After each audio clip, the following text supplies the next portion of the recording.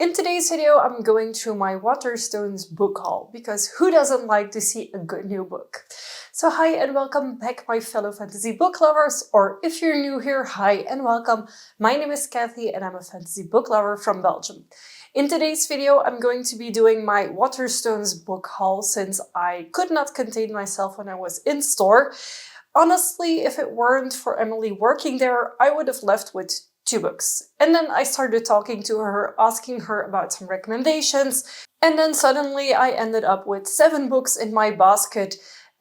Yeah, I have a problem, I'm very much aware, and my goal for this year is to stop buying as many books, and I start by buying 7 books. But I'm going to try and read more from my physical collection. So the first book I picked up was Kristoff Cole's A Hunger Like No Other.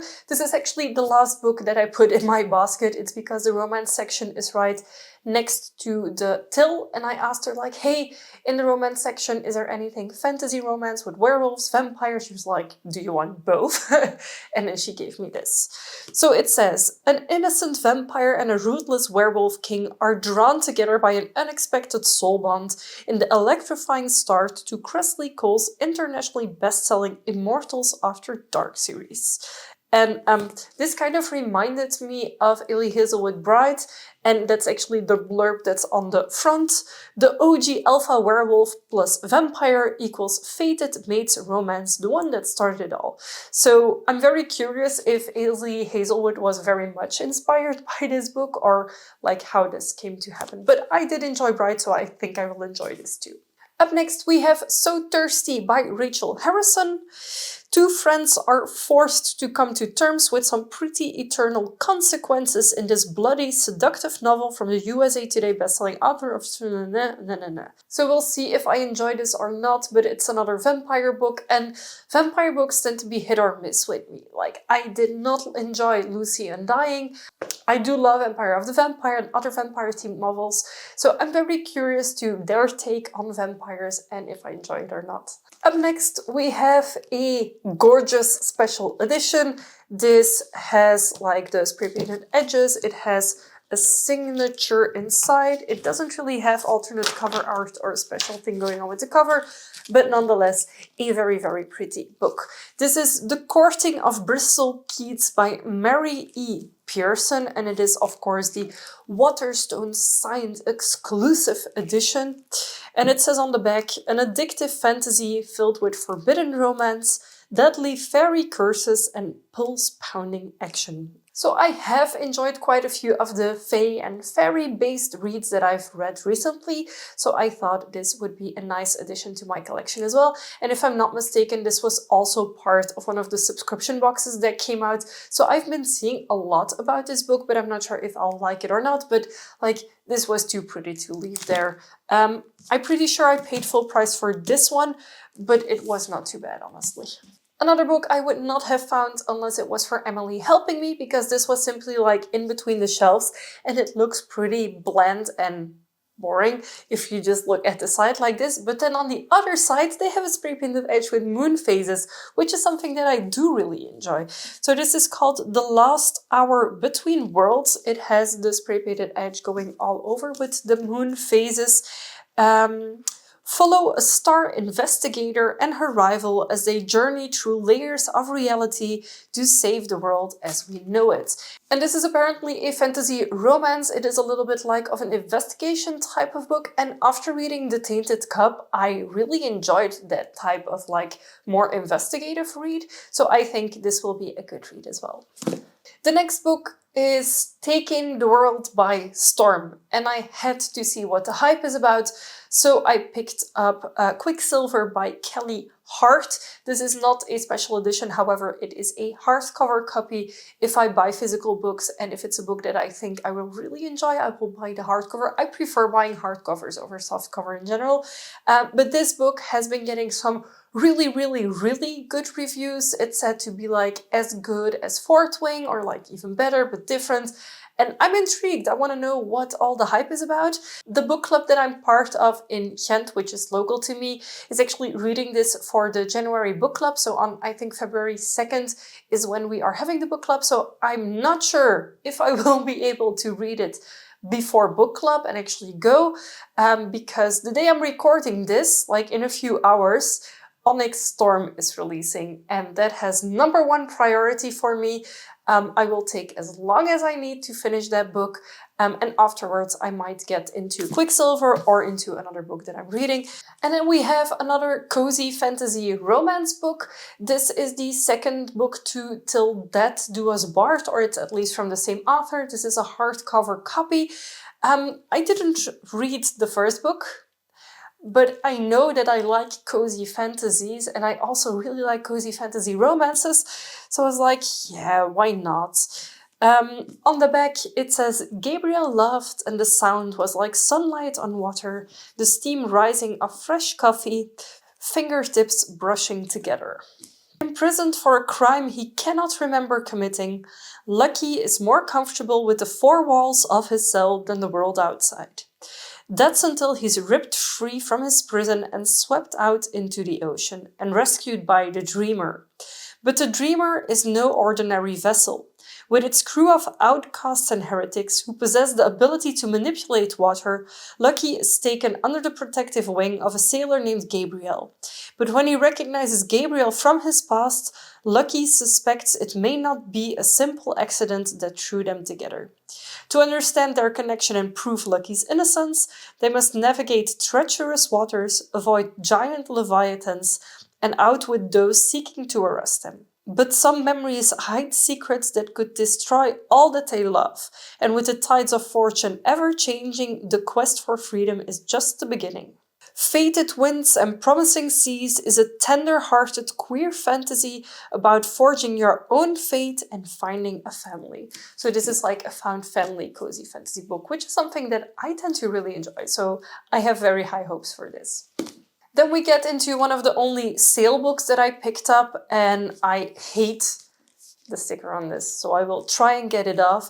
It is For She Is Wrath, and this is the Waterstone's signed exclusive edition, so it has spray painted edges, it is very pretty, it is signed by the author, and I think it's pretty weird that these special editions don't get picked up enough, that there's left for sale, or maybe this is like a book that was released more recently, I don't know. I think it's weird when special editions don't get picked up. So this was originally 24 euros, so I paid 12 euros for a gorgeous special edition. The whispers grew louder, like the stones themselves were speaking to me, like the earth had been cleaved in two and begun talking. And that one word rose again, above the rest, an incantation and warning all at once, vengeance. And in the front it says, what if the man you loved was the very person who betrayed you? So this is like a lover's vengeance type book. We'll see how it is. Like, honestly, some of the books I get, I don't have high expectations for, like this one. And it's simply because some of my best reads have been books that Emily told me, I think you'll like this. And then she gave them to me and I just went in kind of blind and I enjoyed them. So we'll see for this one. I'm going to be very brutally honest, this is not very high on my TBR for now, but I want to do a color themed like challenge where I read like a rainbow. And since this has yellow on it and I don't have a lot of yellow and orange books, this might be a contender for that video. And then the final book I picked up at Waterstones is A Pirate's Life for Tea. And I'm super excited I still was able to find the signed spray painted special edition.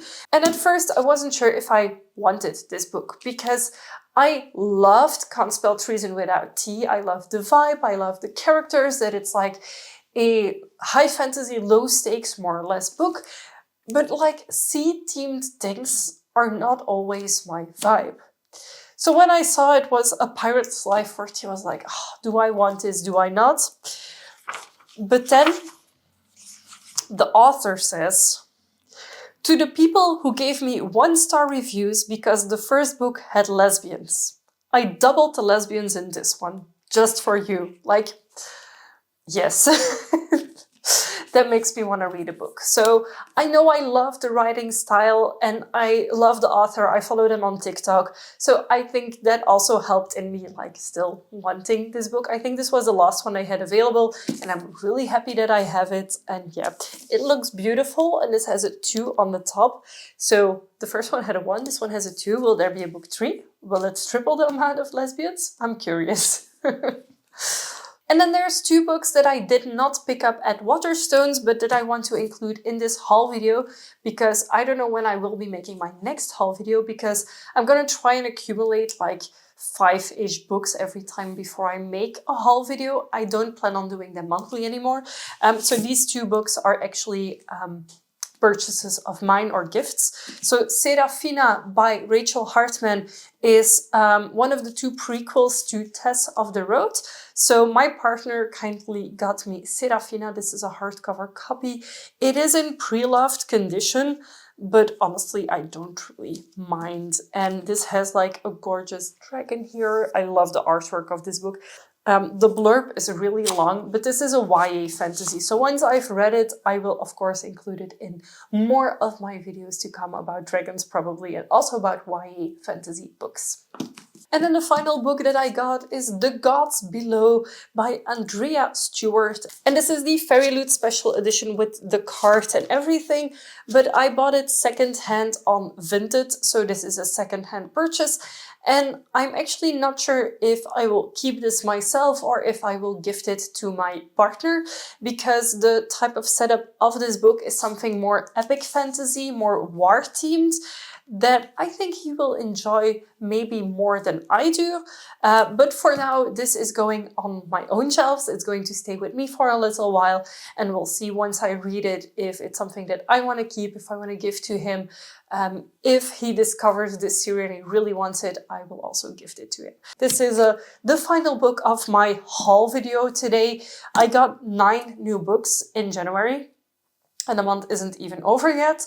I am definitely planning on purchasing Onyx Storm, but the thing is I will be purchasing the EPUB the day of release because I want to read it so badly, and then once I can get my hands on the special editions that I already have, like the 3rd book then in them, I will purchase that because I don't want to have multiple copies of Fourth Wing, Iron Flame, Onyx Storm, etc. I just want one pretty copy, one set that is all the same, that all matches, and that's what I'm working towards. So these are 9 new books that I'm adding to my shelves. Some of them I will read pretty fast, others of them I'm not sure when I will get to them, but someday.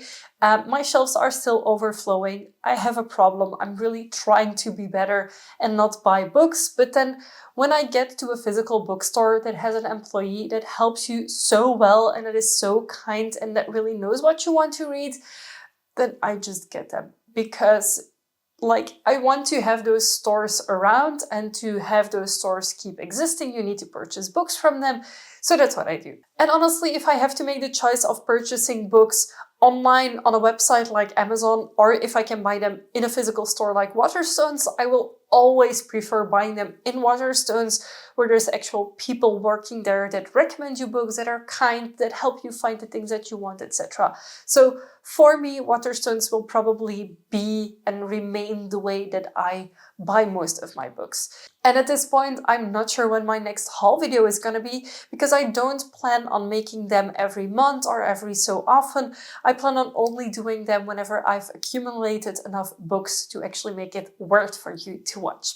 Let me know if you've read one of these books already, what you thought of them, if it's worth reading, if I should bump it up on my TBR list or not. And of course, if there's anything that sparks your interest, feel free to let me know as well. If you enjoyed this video, give it a big thumbs up. And of course, don't forget to subscribe as well. I make new videos every week and I would love to have you for every single one of them. Thank you so much for watching, and I will see you very soon with a new video. Happy reading! Bye!